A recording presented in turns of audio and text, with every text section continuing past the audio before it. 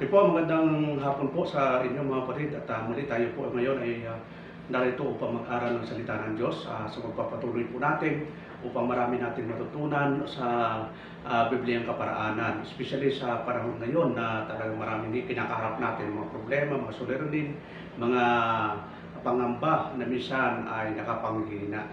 So sa pamamagitan po ng salita ng Diyos, alam po natin na magbibigay po ito sa atin ng kalakasan. So bago tayo magsimula, tayo po muna ay manalangin. Mga Panginoon sa lahat, salamat muli sa pagkakataon na kami po ay magkakaroon ng pag-aaral ng salita at nawa ay unahan mo po kami at unang-una po ay humingi kami ng kapatawaran sa mga pagkukulang namin, pagkakasala, mga hindi nagawa namin pagkukulang sa inyo, especially sa aming paglingkod sa iyo. Nawa po Diyos ay patawarin mo kami at lubos din po ang aming pasalamat sa mga bagay na aming natatanggap. Ito man po ay maliit, malaki. Alam namin, O Diyos, na ito po ay nagmula po sa inyo. Sa aming pag-aaral na ito, God, dawa po ay pangunahan mo kami at bigyan mo kami ng katalinuhan na naggagaling lamang sa iyo upang maunawa namin ang mga salita mo na magbibigay po sa amin ng kalakasang espiritual. Lahat po na ito, O Diyos, ay dinadalangin namin sa pangalan ni Jesus. Amen and amen. So, yun nga po mga kapatid, sa oras na ito ay nais ko pong ipangaral sa inyo ang isang aral na napakahalaga po na maintindihan po natin, especially sa mga Kristiyano, mananampalataya, na nais pong maglingkod sa Diyos. Noong unang-una, tayo po ay bilang tayo mga Kristiyano at kabilang po sa iglesia o sa church, ay mayroon pong obligasyon na dapat nating maintindihan. So, ano po yon? So, ang pamagat po ng ating pag-aaralan, the importance of regular church attendance. So, ang kahalagahan ng palaging pagdalo sa pagtitipon. So, napakahalaga po yon. So, bakit nga ba kailangan natin dumalo? Pwede naman tayong makinig, pwede naman tayong magbasa ng Bible. Dito natin malalaman kung bakit napakahalaga ang pagdalo ng pagtitipon, no? Katulad ngayon, no? Maraming mga bawal. Kaya nga ang ginawa natin, mayroon pang umaga, mayroon pang hapon upang wala nang maidahilan. At sa susunod, kung talagang dumami, gagawin natin kahit 4 na service, no? Alas 7, alas 9, o may pang alas 11, may pang alas 2, may kahit pa ilang service po yan, no? Maganap lang po natin yung pagsamba sa Diyos, no? Hindi tayo pwedeng mapigilan ng mga panahon, ng mga pangyayari na minsan ito po yung ginagamit ng kalaban. So ngayon po, buksan natin yung ating mga Biblia dito po sa Luke chapter 4 verse 6 na ang sabi nga po dito, and the devil said unto him, all this power will I give thee, and the glory of them, for that is delivered unto me, and whosoever I will give it. So, makita natin sa panahon ng ating Panginoon na mayroong pagtukso, no? At yun po yung minsan ang nangyayari sa buhay natin na pagdating po sa gawain ng Panginoon, marami pong mga temptation na hindi natin nagagawa ang kalooban ng Panginoon. Pero ang ating Panginoon ay talagang napagtagumpayan niya yung gawa ng laman, yung lust of the flesh, lust of the eye, and the pride of life. Kasi ipinapakita niya na bilang Kristiyano, mananampalataya, kaya din natin ma-overcome. So ngayon po, tinan po natin yung mga importansya para sa regular church attendance, yun, para maintindihan po natin. So dun po sa talatang yun, mapapansin po natin, no? Luke chapter 4, verse 16, and he came to Nazareth, where he had been brought up, and as his custom was, he went into synagogue on the Sabbath day, and stood up to read. Yun. So makita natin na ang ating Panginoong Jesucristo ay regular pong pumupunta sa templo sa araw po ng Sabat. Hindi para ganapin yung Sabat, kundi ito po ay para dahil marami pong tao, ay para mangaral po siya doon sa mga taong nandun po sa sinagoga. No, pag-aralan po natin yung about Sabat, about bakit tayo ay hindi tayo Sabado, at bakit tayo ay first day of the week. Yun, pag-aralan po natin, separate po yan, dahil focus po tayo sa the importance of regular church attendance. So makita natin, costume po yun, no? Na talagang pumupunta sa ng ating Panginoon. So, is regular church attendance important? Siyempre, yun ang question, no? Ang mundo, the word say no. Yun, ang mundo, siyempre, palaging sinasabi niya, no? Hindi na kailangan ang church attendance ngayon. Pwede na sa TV, pwede na sa cellphone, pwede na sa YouTube. Marami naka-upload na mga preaching sa YouTube. Doon na ako manonood.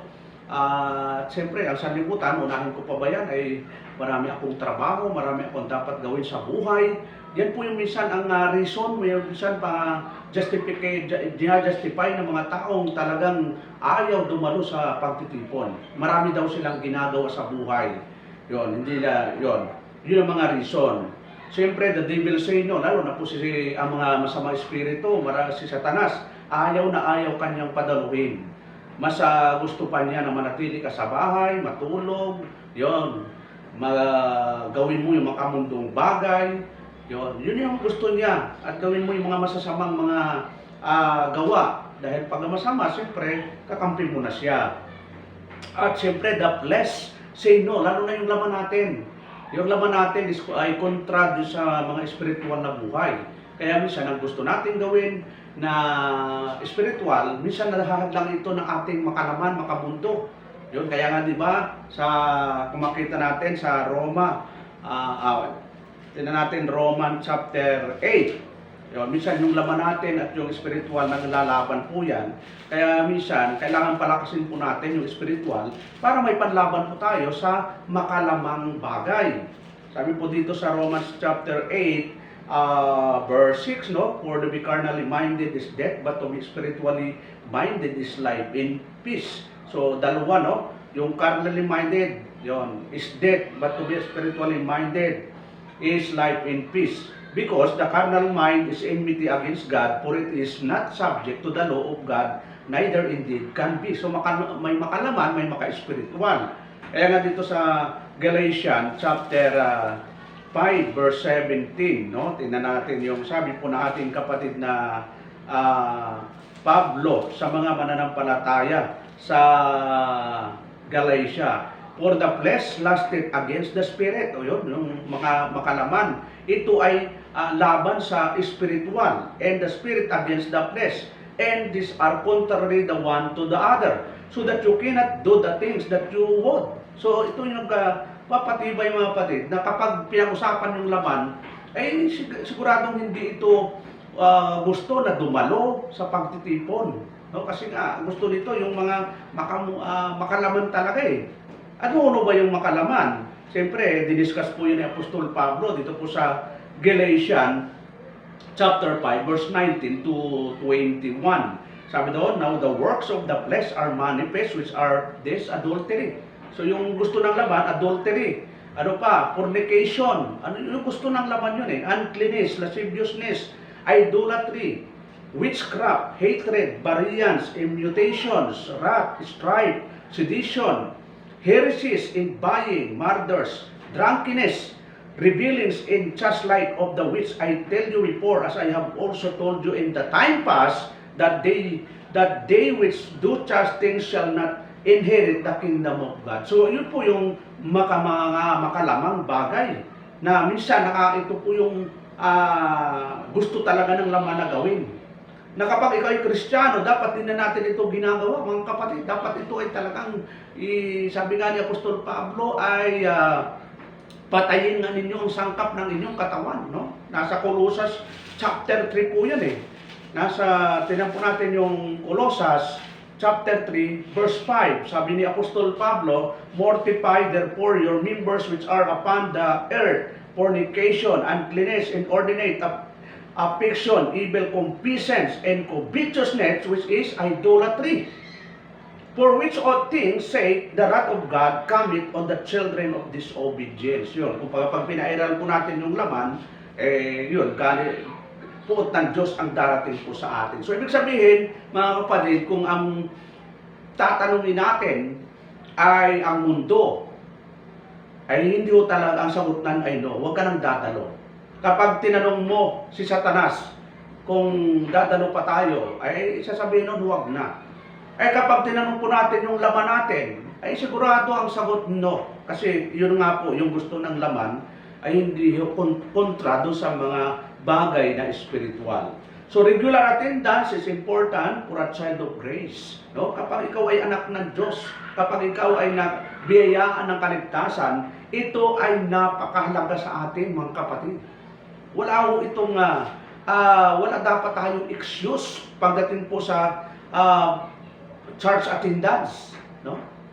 So kaya nga 'di ba may batas na walang kailangan ito lang po yung attendance, maximum of 10 person. So nagagawa naman ng paraan kahit pa may maximum of 2. O edi dalawa-dalawa 'yon. Gawin natin 10 service. O akong preacher, ikaw yung nakaupo, dalawa tayo. O edi at least nakadalo ka. Ang daming reason natin Gusto natin, wag na pastor. Reason mo lang yan. Pero ang Biblia, alam ng Diyos na magkakapandemic. Alam ng Diyos yung magkakaroon ng persecution. Pero never niyang sinabi na medyo kailangan mag-stop kayo. Walang sinabi. Ganoon nga sa panahon nga ng mga apostol in the book of Acts, mayroong great persecution, house to house, ay pinipersecute sila. Napigilan ho ba yung mga Kristiyano during the time, mga kapatid? Hindi po sila napigilan. Bakit to? Mas mahalaga sa kanila yung pagsunod sa Diyos. Hindi pa naman tayo pinipersecute, no? Ano lang ho, batas yun na nasasakop ang buong estado natin ng batas na yon. At yun naman, hindi naman na pinipigilan tayo. Kailangan lang sumunod tayo sa protocol. So, regular attendance is important for a child of grace to have a happy life of peace. Yun. Kaya pag sinunod natin ang kalooban ng Diyos na tayo po ay dadalo sa pagtitipon, every Sunday ay magkakaroon tayo ng happy life. Yun. Maligayang buhay. Yung iba hindi napakalungkot ang buhay. Bakit to? Hindi na nakakadulo ng pagtitipon. Wala nang kapayapaan. Kasi pag hindi mo nasunod ang kalooban ng Diyos, isa lang po yun sa pagsunod, yung pagdalo. Marami pang mga kalooban ng Diyos. Pero, pag hindi natin nasunod ang kalooban ng Diyos, yung masayang buhay bilang Kristiyano, ay hindi natin makakamit. Tapos reklamo tayo sa buhay. Dami natin complain, murmuring. Sabi nga sa kanta, more not, huwag tayong magreklamo. Kasi bakit ka magreklamo? Ikaw rin ang gumawa. Kaya nga nagkakaganon ang buhay natin minsan ay dahil sa kagagawan din natin. Tayo ang nagtanim. At kung anong itananim, yun din ang aanihin. So, bakit tayo magrereklamo? So, dito po, makita po natin na kapag sumunod tayo, mayroon tinatawag na happy life o peace. Mayroon masayang buhay, mayroong kapayapaan. Pangalawa, fellowship with our Father in Heaven. Alam mo kapag ikaw ay nandun ka sa church na kasama mo mga kapatiran, ay nakikipag-fellowship ka sa ating Ama. Di ba? Nakapag-fellowship, alam mo ka-fellowship natin yung Ama na nasa langit, yung Ama ng ating Panginoon Kristo. So, dapat masaya tayo doon mga kapatid, no? Church attendance is a very important. Napakahalaga pala ang church attendance. Unang-una, yung ating scripture reading ay makita natin ating Panginoon, no? Jesus attended public worship services on a regular basis. Yon. So, pangalawa, the Word of God commands. Yon, yung utos ng Diyos talagang umuutos. Nag-uutos na huwag kakalimutan. Tingnan po natin ang Hebrew chapter 10 verse 25. Palagi nating nababasa ito at siguro ay kabisado natin kahit nakapikit ang mata natin.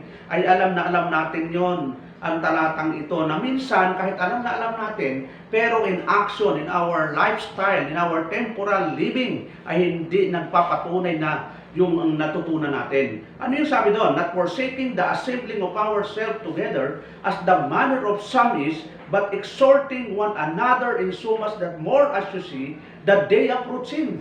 Yun ang sabi ni Apostol Pablo sa mga mananampalatayang Hebreo, na huwag daw kakalimutan ang pagdalo ng pagtitipon na gaya ng ginagawa ng iba. So pag kinalimutan natin ito, kasama tayo sa mga sinabi ni Apostol Pablo na ginagawa ng iba. Sino yung iba? Nakakalimot na dumalo sa pagtitipon. So, wag tayo makakalimot. Ang dapat lang namang hindi dumalo ngayon, 15 below. Yon. Pero kung 15 ka pataas hanggang 65 pataas, di na pwede. Kung hindi ka pa naman 65, 66, pwede ka pa, no? Wala kang pwedeng i-reason, wala ka pwedeng i-dahilan. Ang magdahilan ay yung talagang, alam mo naman, ang tao hindi nauubusan ng dahilan. So, dito, ipinapakita ni Apostol Pablo na huwag kakalimutan. Sa panahon ni Apostol Pablo, marami na hong pag-uusig. Pero, makita natin, ang utos, huwag kakalimutan. O tulad ngayon, no, dito sa atin, mayroon tayong tinatawag pong protocol, no? Binaba ang ating mayor na kailangan ganito lang ang pagtitipon, sumunod sa health protocol. Sundin natin 'yon, no? Kaya nga mayroon tayong pang-umaga, panghapon, in-schedule natin mga kapatiran para wala nang pwedeng idahilan. Kaya nga noon, binahay-bahay ko anong gusto niyo, anong oras kayo gustong dumalo, umaga o hapon. Yun, hinati natin sa dalawa. Bakit to? Importante pong nagkakatipon.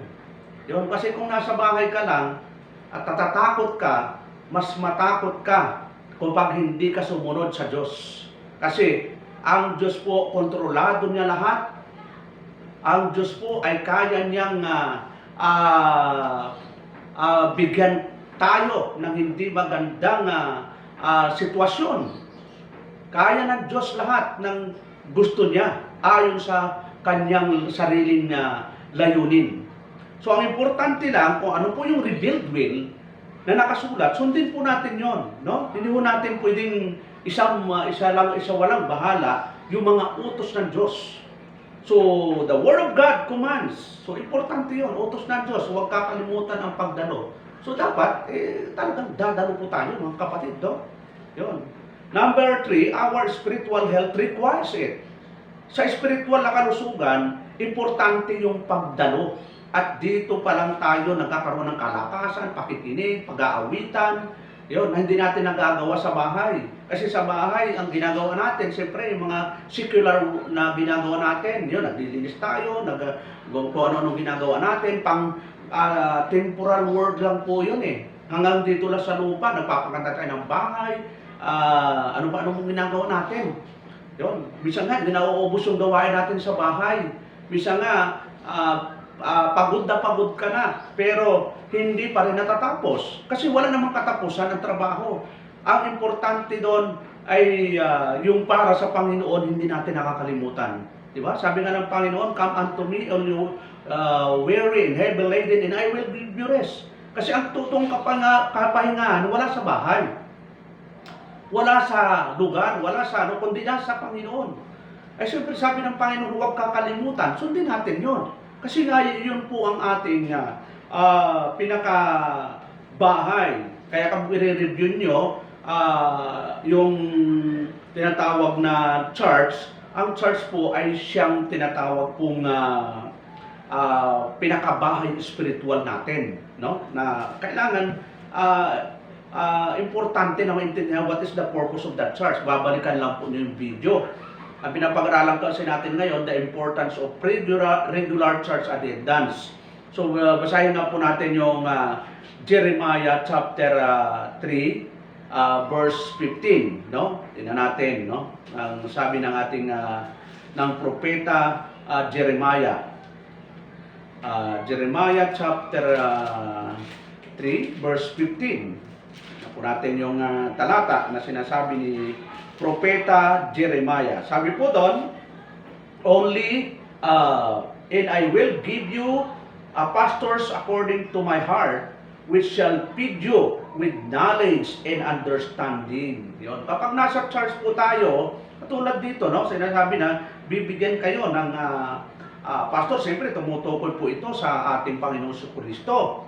O siyempre ang ating Panginoong Kristo, mayroon pong iniwan ng mga aral. Yun po ang iaaral ng totoong lingkod ng Diyos, yung inaral ng ating Panginoong Kristo. Hindi po siya lalabas doon sa mga aral na walang inutos ang ating Panginoon. Kasi sabi nga natin Panginoon, Matthew 28:20, teaching them to observe all things whatsoever I have commanded you, and lo, I am with you always, even unto the ends of this world. So napakaliwanag doon, no? Na kapag yung totoong lingkod, totoong mga ngaral, hindi nagbabase ito sa kanyang emosyon, hindi ito nagbabase sa mga tradisyon, hindi ito nagbabase sa mga sabi-sabi, kundi ito nagbabase sa pundasyon na itinuro ng ating Panginoong Kristo. Napakahalaga po yun, na bilang tayo ay dumadalo sa pagtitipon, sa church attendance, doon po natin natututunan, no? Sa pangangaral ng salita ng Diyos. Maiba ho yung aktual mong naririnig, iba ho yung talagang nandun ka sa pagtitipon, talagang nasusunod mo yung kalooban ng Diyos na huwag kakalimutan. No? So, itong ginagawa natin na pakikinig, ito ay para sa ikalalago ng ating spiritual na buhay. Kasi mayroong tinatawag na physical life, mayroong spiritual life. Kaya ako kumakain ka 3 times a day, morning, lunch, and evening, ay para ito pa masustentuhan yung pangailangan ng ating physical. Pero kailangan din natin sustentuhan o suportahan yung ating spiritual. Ito ay sa pamamagitan ng pakikinig ng salita ng Diyos, pakibabasa, panalangin, fellowship. Dapat doon ay lagi natin nagagawa para hindi tayo manghina spiritual. Para yung ating spiritual na kalusugan ay talagang palaging nami-maintain. At kapag malusog pong spiritual, kahit po anong mangyari, kahit po anong dumating na pagsubok, mga pandemic man yan, kasi lalong lumalala ang pandemic ngayon eh. At hindi natin alam, ang pinakamatinding pandemic hindi po yung COVID-19. Ang pinakamatinding pandemic ay kasalanang nagagawa ng tao laban sa Diyos. Takot na takot tayo sa COVID-19, pero sa paggawa ng kasalanan, hindi ho tayo takot. Minsan, ang daming tao nagmamas para hindi mahawa ng virus. Pero yung kasalanang virus na ginagawa ng kasalanan, hindi natin naiiwasan. At ang tanging panlaban lang po dyan, mga kapatid, ay iisa. Yon, isa lang po ang panlaban dyan. Ang sabi ni Santiago, chapter 4, verse 7, submit them to God, resist the devil, and he will flee from you. Yung pagpapasakop natin sa Diyos, yan lang po ang sikreto. Para yung virus ng kasalanan mawala sa atin. Physically, ingat na ingat tayo. Pero spiritually, wala tayong kaingat-ingat. Ano bang pinapahalagahan natin, mga kapatid? Physical o spiritual? So nawa, ang mga Kristiyano, ang mas pinapahalaga natin, hindi yung physical. Ang pahalagahan po natin yung spiritual. Kasi temporal lang naman po tayo dito sa mundo, matatapos lang, kontrata tayo. Baka ikaw mauna, ako ang mauna. O baka sabay tayo, sino man ang mauna sa atin, importante na pagdating natin doon sa piling ng Diyos, magkakasama tayo, hindi naman paunahan yan, hindi naman pahulihan. Ang importante ay nandun po tayo sa pagsunod sa kalooban ng Diyos na kunin man tayo ng Diyos, nandun yung integridad na masasabi ng Diyos na a good servant, a good follower. Yun. Kasi temporal life, ano ang masasabi sa iyo dito sa mundo? Ano ba yung testimony mo? Ano ba ang patutuon natin sa mundong ibabaw na ito bilang part of temporal life natin, mga kapatid? So, basahin nga po natin, John chapter 21. Yan, dito po sa New Testament po yan. Sa John chapter 21, verse 15 to 17. Sabi po ng 21, verse 15, sabi po doon, when they had dined, Jesus said to Simon Peter, Simon, son of Jonas, lovest thou art more than this? He said unto him, Yea, Lord, thou knowest that I love thee. He said unto him, Feed my lambs. He said to him again the second time, Simon, son of Jonas, lovest thou me? He said unto him, Yeah, Lord, thou knowest that I love thee. He said unto him, Feed my sheep.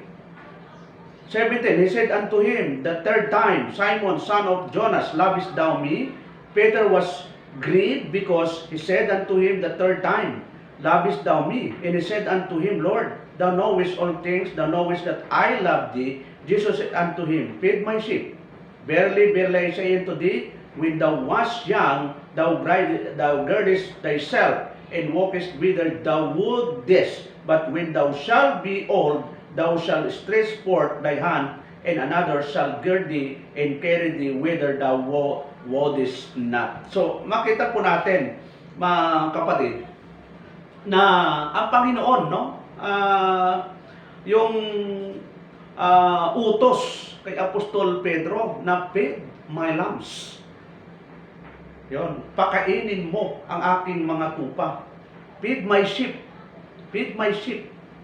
So, ano yung ipapakain, no? Siyempre, spiritually speaking, yung mga katotohanang itinuro sa kanila ng ating Panginoong Jesucristo, na ang mga turong ito ay itinuro din sa mga dapat turuan, katulad ng sinasabi ng 2 Timothy chapter 2 verse 2. Tingnan po natin yung sabi po ng ating kapatid na Pablo kay Timoteo.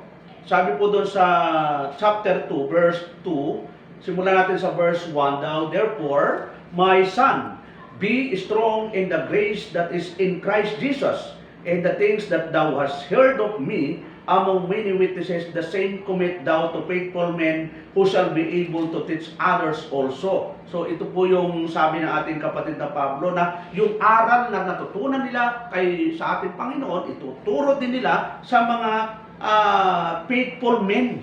Yun, faithful men. Hindi lang yung mga men, no? Sabi ng faithful men. Ang hirap na magturuan, hindi naman faithful.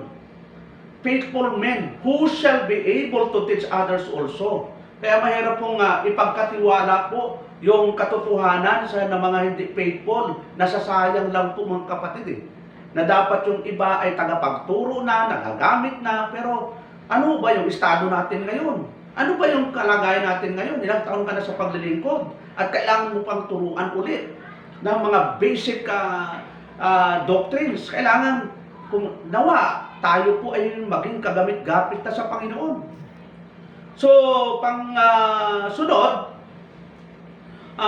our testimony and provision depends on it. Ayun, yung patutuo natin, importante yon na every nag-charge tayo, regular worship, yon i-apply po natin sa ating buhay espiritual sa pang-araw-araw.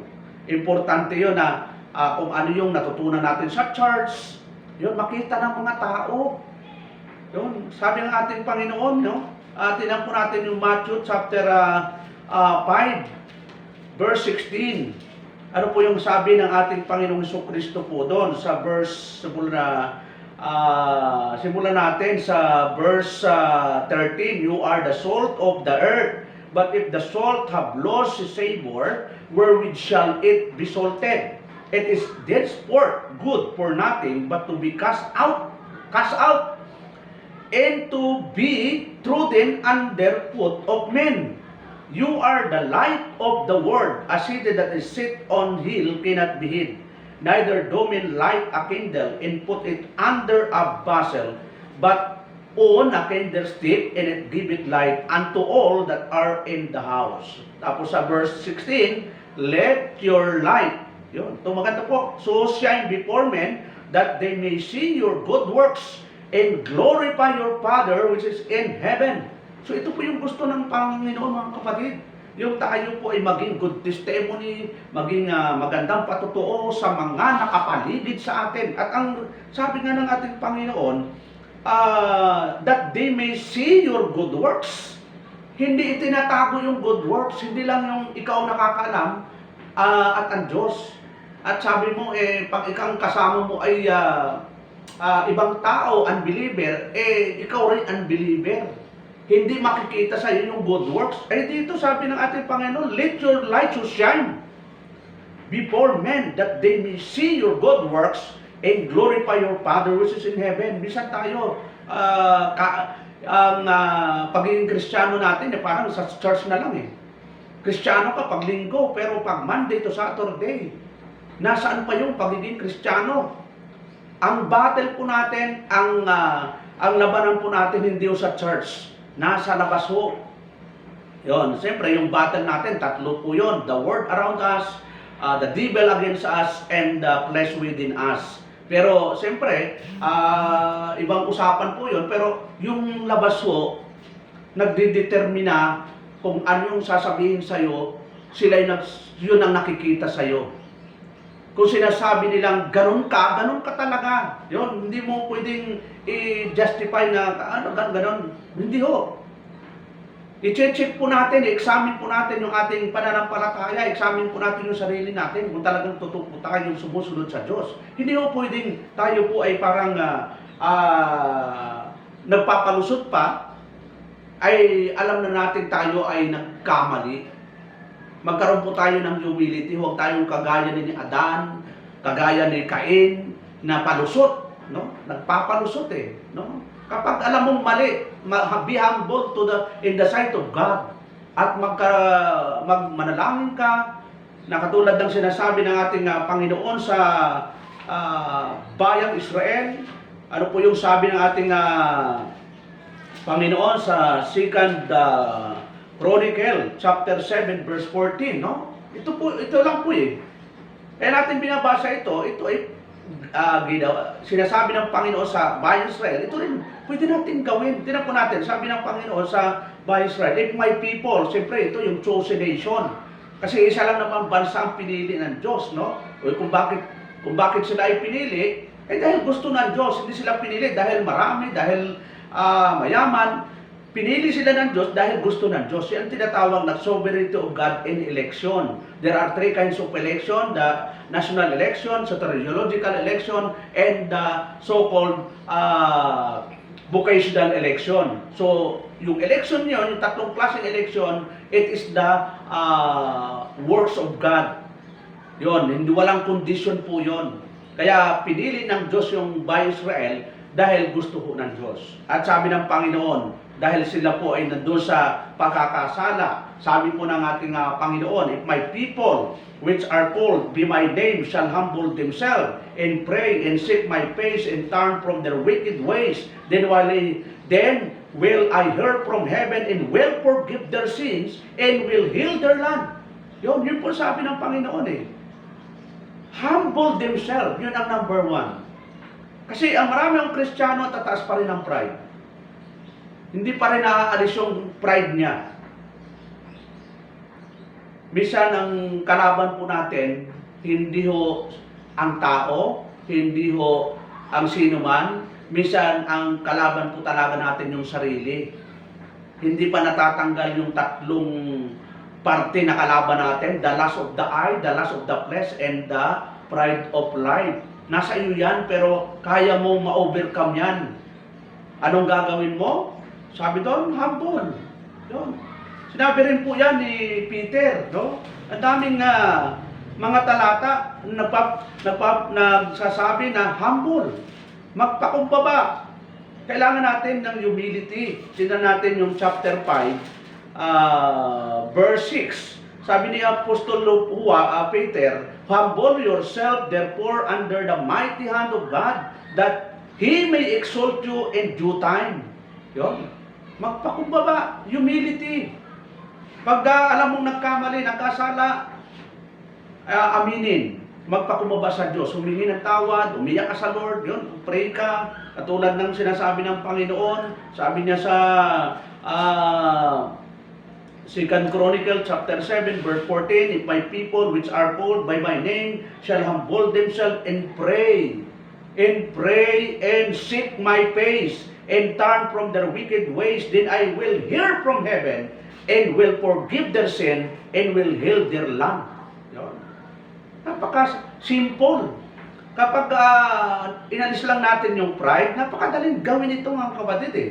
Kasi nga, i-appreciate mo lang ang sovereignty ng Diyos. Siya yung creator of heaven and earth. Wala tayong magagawa kung hiwalay tayo sa Kanya. Nagkaroon tayo ng eternal salvation by grace. Nandito tayo by grace, lahat by grace. Paano tayo pwedeng magmalaki? Wala pwede tayo ipagmalaki, mga kapatid. Yun, basahin po natin sa Luke chapter 14, yun, 34. So, nandun pa rin po tayo sa our testimony, chapter 14, Luke chapter 14, verse 34 hanggang 35. Tingnan po natin, sabi doon na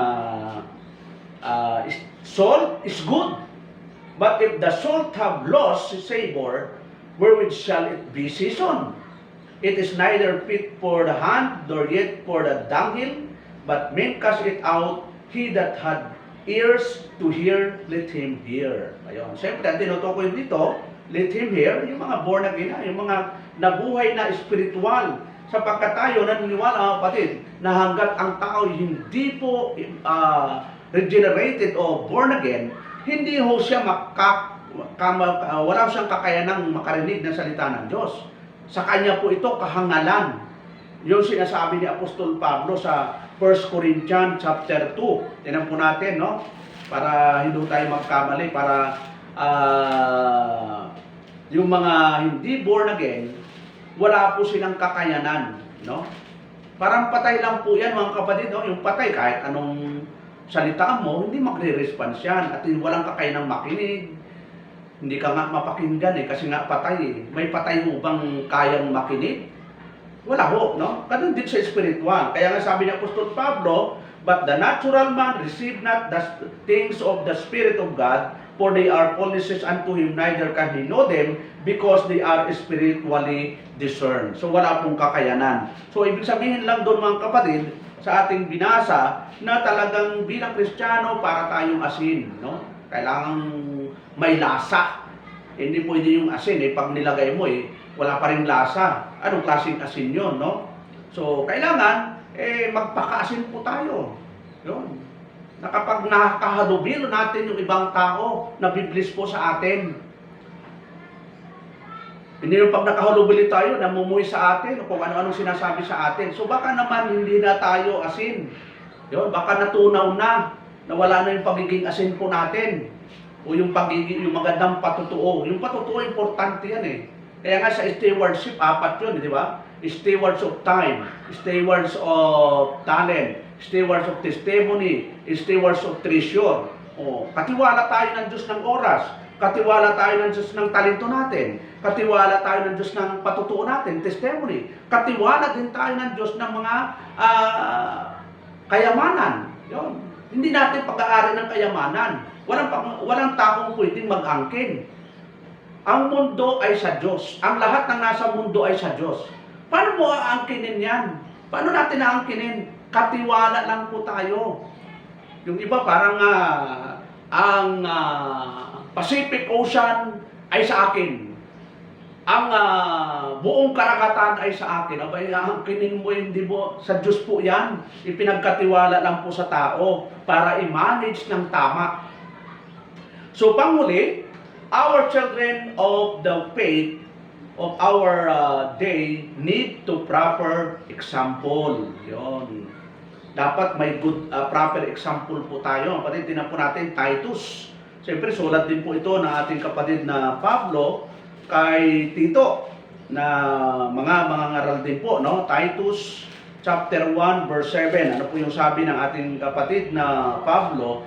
For a bishop must be blameless as the steward of God, not self-willed, not soon angry, not given to wine, no striker, not given to filthy lucre, but a lover of hospitality, a lover of good men, sober, just holy, temperate, holding fast the faithful word as he had been taught, that he may be able by sound doctrine both to exhort and to convince the gainsayers. So, yun po, no? Napakaganda pong mga talata, mga kapatid, na bilang anak tayo ng Diyos, natutunan natin yung pananampalataya, maganda maging tama yung example natin as a believers.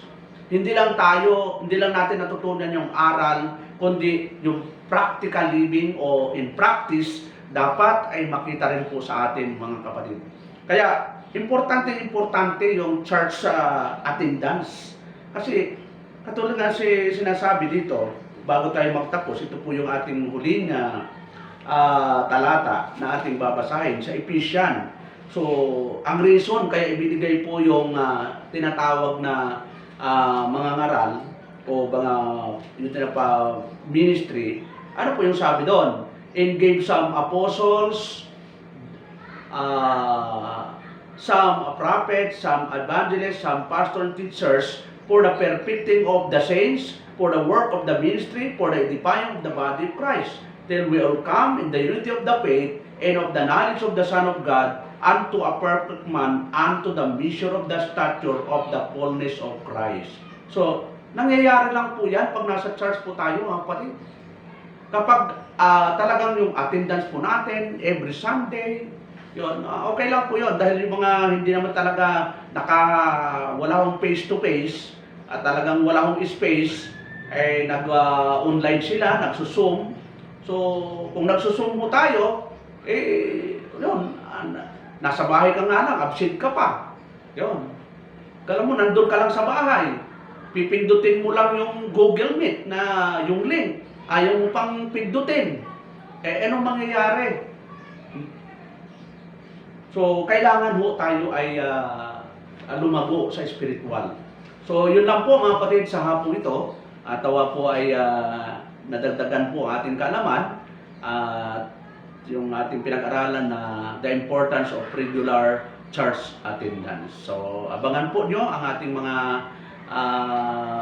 pang-aral na nasa YouTube po yun, no? Kung nagnanais nyo kayo, nasa bahay lang kayo, hindi naman ang bawal mag-Facebook, manood ng mga pelikula, nasa inyo yun, pero mas dabiso, isang araw, manood po kayo ng makinig po kayo ng video tungkol sa spiritual. Marami na po natin naka-upload. Wala ka ng dahilan para lumago. Yun. Palagi niyong bisitahin na lang yun sa isang araw, kahit 10 minutes, 15 minutes, o kung ganado kayo, buong video. Kahit ako po ang nangaral po doon, araw-araw, talagang napakasarap po. Hindi dahil ako ang nangaral, kundi yung salitang mapapakinggan. Yun. So, yun po, at bago tayo magtapos, tayo po ay manalangin. Ama makapangyarihan sa lahat, salamat muli sa pagkakataon na kami po ay nakapag-aral ng iyong salita.